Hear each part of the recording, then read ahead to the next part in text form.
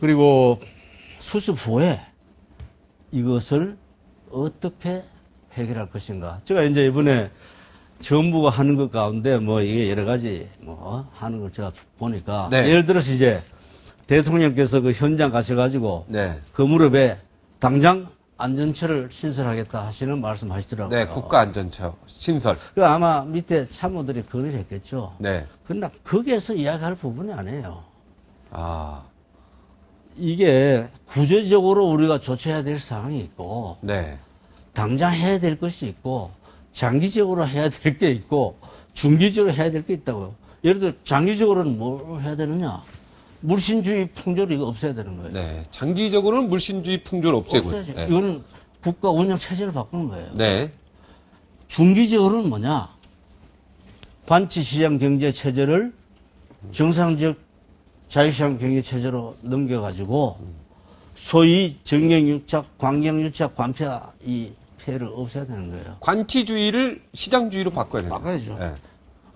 단기적으로는 뭐냐? 이건 저기 뭐야 규제 철 혁파하고도 관련이 있는 거죠. 그게 이거. 다 포함되죠. 네. 그다음 단기적으로는 뭐냐? 네. 당장 해야 될 게 뭐냐? 책임의 한계를 단순하고 명확하게 하는 거예요. 그래서 지금 보니까 자연재난, 인적재난은 소방방재청 책임으로 딱 못이 박혀 있어요. 네. 아니, 소방방재청이 육상, 해상, 공중에서 나는 사고를 다 처리할 수 있나요? 못하죠. 그게 잘못된 거죠. 네. 그러니까 여기에서 우리는 아주 간단한 대책이 있는 거예요. 예를 들어서 바다에서 나는 사고는 해수부가 책임져라. 네. 육지와 공중에서 나는 사고는 공급부가 책임져라. 네. 예? 그 다음에 뭐 식품 관계 사고, 그건 뭐 농식축산 뭐 거기에서 네. 책임져라. 네. 식품 안전처. 그 다음에 산재, 그거는 산업통상자원부 책임져라. 네. 그리고 지금 우리 중앙 소위 그 재난안전대책본부가 있어. 이게 네. 행자부 중심으로 구성이 되어 있습니다. 네. 아마 행정안전부는 이러지도 저러지도 못할 거예요. 네. 여기 앉아서 자기들 바다에 난 사고를 어떻게 그걸 관리할 수 있나요? 네.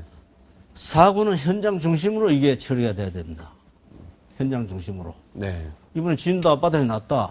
그 근방에 있는 모든 정부 요소들이 다 동원이 돼서 하되 그 책임 해수부 장관에게 주면 이 가능한 거예요.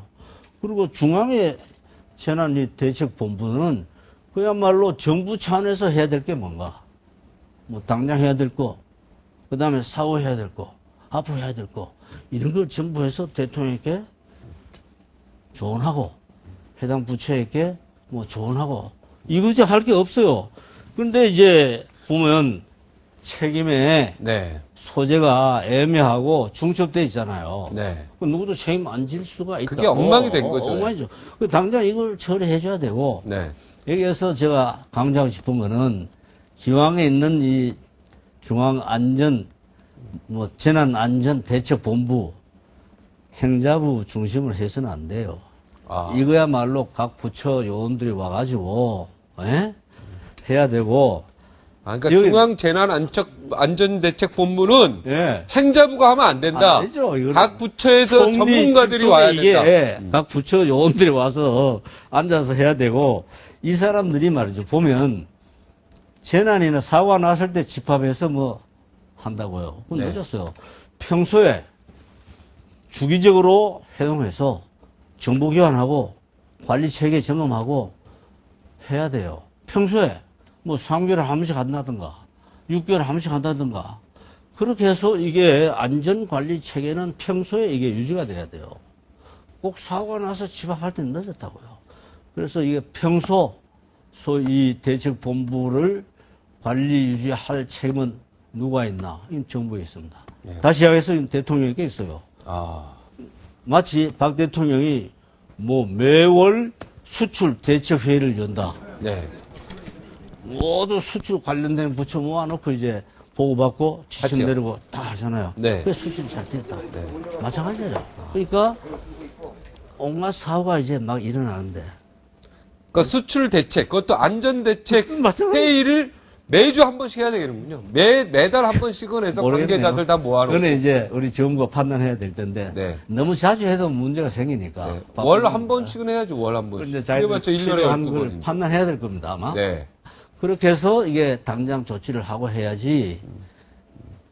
지금 수습이 바쁜데 거기 가서 안전처 신설하겠다. 그건 아니에요. 그 조언한 참모는 좀 경솔하지 않았나. 그러니까 그 당장 거기서 해야 할 말이 있고 그렇죠. 시간이 지나고 나서 해야 될 말이 있고 정식 정식 기자회견하면서 대책 이야기하면서 할 얘기가 있는데 그 현장에 가서 국가안전처 신설하겠다가 거기 있는 유족들한테 무슨 그게 설득력이 있겠습니까? 그래서 그죠? 이 빨리 오늘 지금 현장에서 빨리 구하고 빨리 해군을 투입하고 SSU를 투입하든 뭐든 모든 도움을 당해서 빨리 구조하겠습니다. 이런 얘기를 해야죠. 그럼요. 지금 수사고 뭐고 이거는 그 다음 이야기입니다. 예. 그렇죠. 예, 지금 이런 수사도 것들이 마찬가지죠. 예, 지금 수사도 아직도 시신이 수습이 안 된 상황인데 지금 막 검찰 수사 막 진행되고 이런 거는 순서에서 좀 아닌 것 그렇잖아요. 같다. 이게 사고 났으면 사고 원인과 사고 책임자들은 도망갈 수 없습니다. 네. 존재하고 있다고. 네.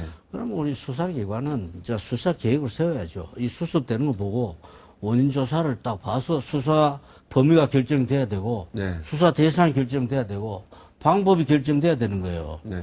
지금 세무하면 관련된 거 뭐 무작위로 막 압수수색 뭐 연행 체포영장 이거 하고 있는데 물론 현 정부 입장에서는 시간적으로 이게 급한 건 사실은 내일 모레 지방선거를 앞두고 네. 이거 빨리 조치하지 않으면 이게 문제가 생긴다고 하는 그런 점은 이해가 되지만 그렇다 하더라도 이런 식으로 막 이 수사를 하게 되면 우리가 보기에는 이게 세련되지 않는 수사 방법이죠. 선진국형은 아니다. 그렇잖아요.